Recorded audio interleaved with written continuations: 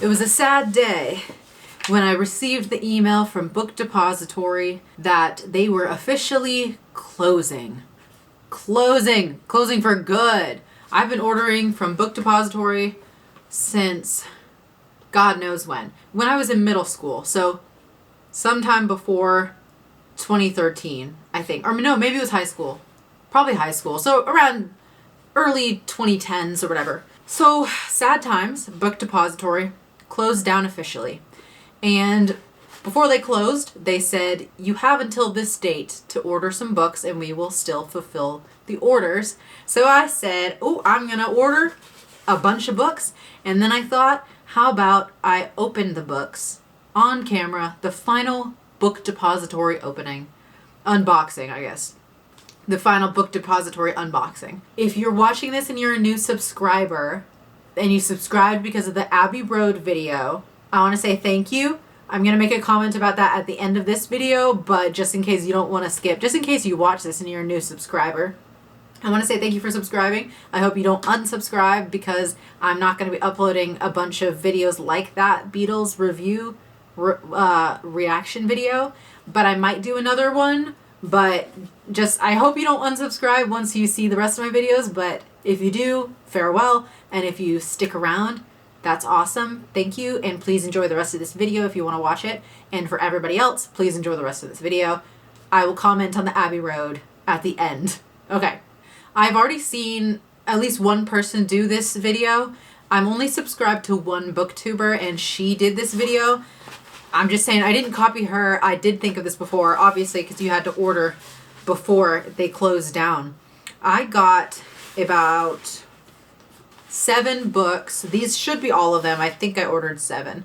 I had to wait a while for them to come in. It took a minute.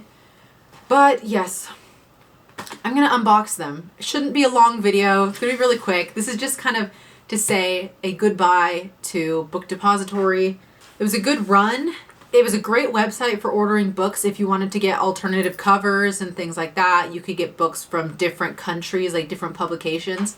So that's why I used Book Depository. If I didn't like the US cover, then I would look on there and see. I think there are a couple of websites now that you can do a similar thing and order alternative covers, but I haven't found those yet. If anybody watches this and knows, please comment down below your best recommendations for websites for book ordering that I can get different covers, because usually I think Amazon has just the general cover a lot of the times, unless you're getting a used book.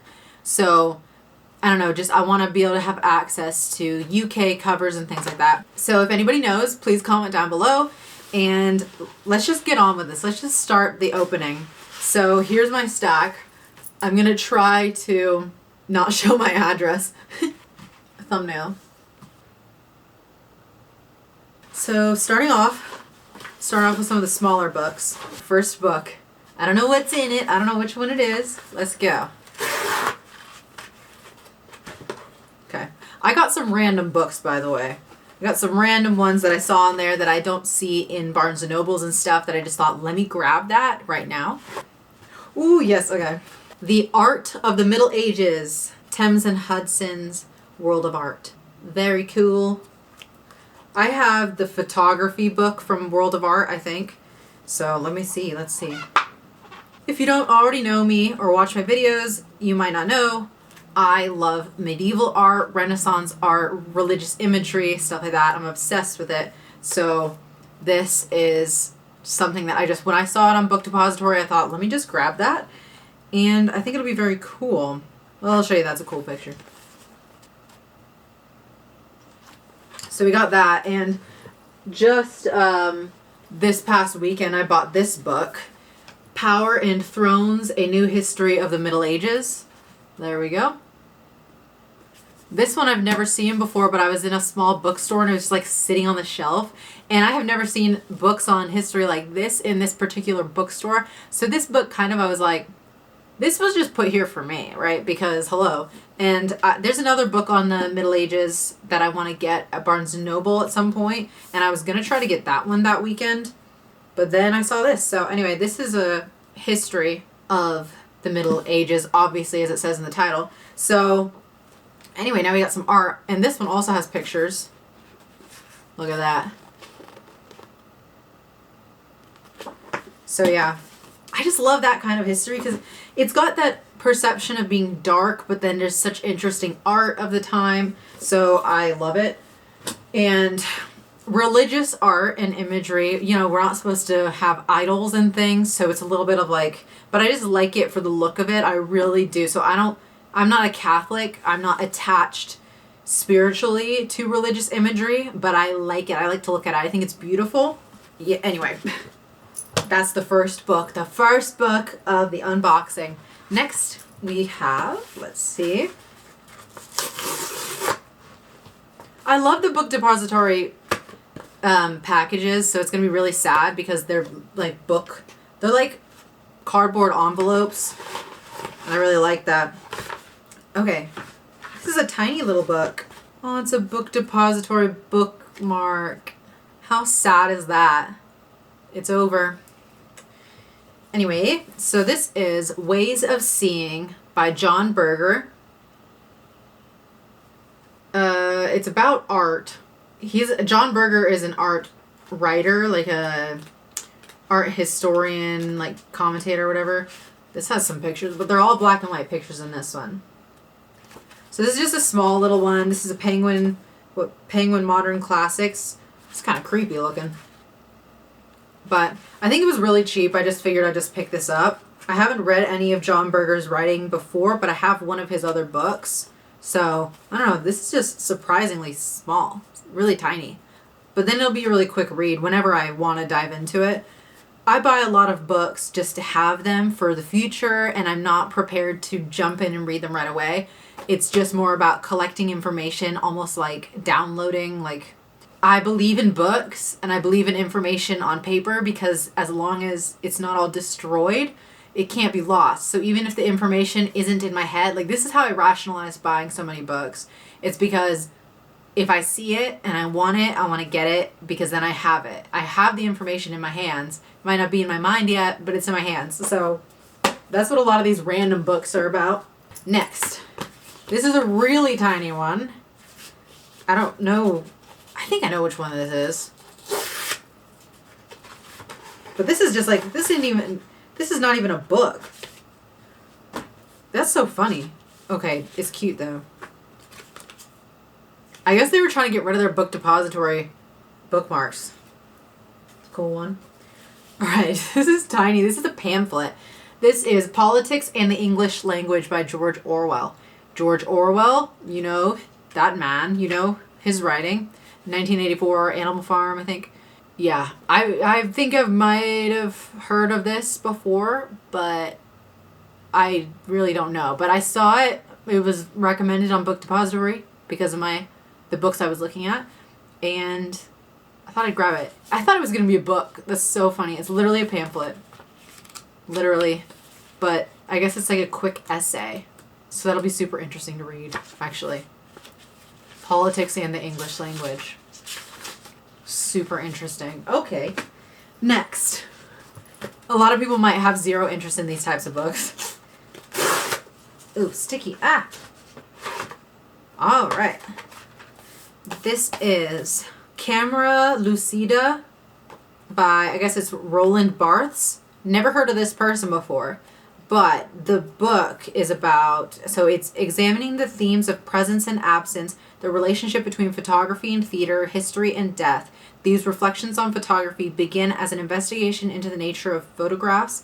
So I thought it sounded really interesting. It's about photography, and the thing that really drew me in was the part about photography and theater, because there's something, I don't really know anything about that, but I'm really curious about theater as an art form, and I think it's going to become more and more valuable as we progress into this technology age or whatever, and how everything is becoming, like, we like movies and everything and streaming TV shows, and I wonder, as time goes on and as streaming potentially becomes more infected with AI and everything, I think that life, like real life performances, hopefully will become very valuable. And so already I have a respect for theater, although I've never been in theater, because it is the most natural art form with performance that humans have done, is like to perform a theater, like a play basically. So that was all a tangent, but I thought that was interesting because I am interested in photography, and so it mentioned photography and theater. I don't know how that ties in together,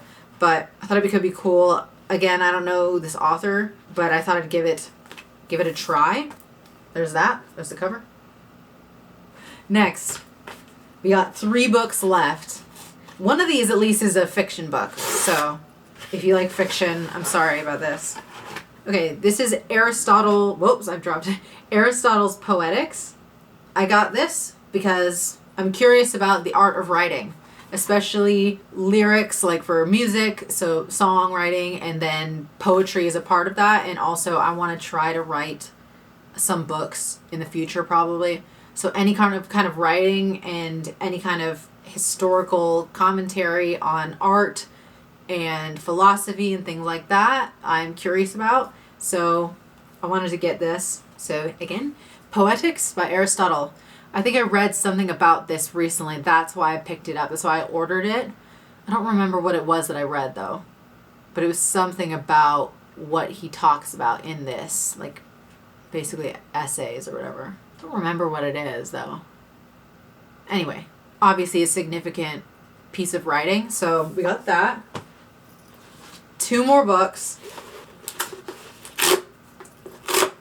Jesus, that's a messed up one.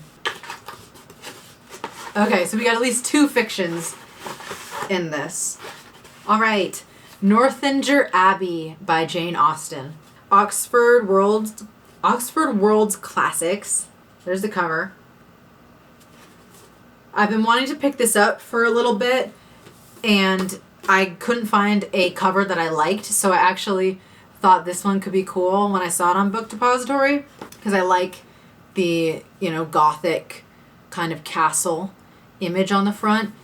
And Oxford World Classics are nice. They just feel nice. And they do look nice. They're just simple. So, picked that up. This one is not as talked about from the Jane Austen novels. At least I had never heard of this until I was researching kind of fall type of books last year, and I wanted to get this at that point, but again, I couldn't find a good cover. But now I've got this, and I don't know what the story is exactly, but it was listed as something that was good to read in the fall. So I don't know. I don't remember. I haven't read the back, and I haven't read the description in a bit, but I like it. I like that cover a lot. So there's a Jane Austen, a classic. Now we are on to the last book depository opening. And this one is also a classic, and this is a big one. All the others were pretty small, as you saw, but this is a big one. And I know which one this is. This last one, I guess these big boxes don't have that nice pull, because this is... Oh gosh, got my face. All right. Rest in peace, Book Depository. Well, it opens like this. Now you see, you probably know what this is. Ooh, wow. This is a big book. I don't have room for this book.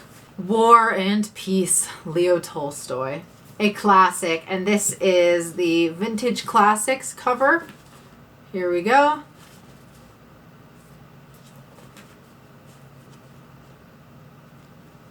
I have the Vintage Classics cover edition of, what is it?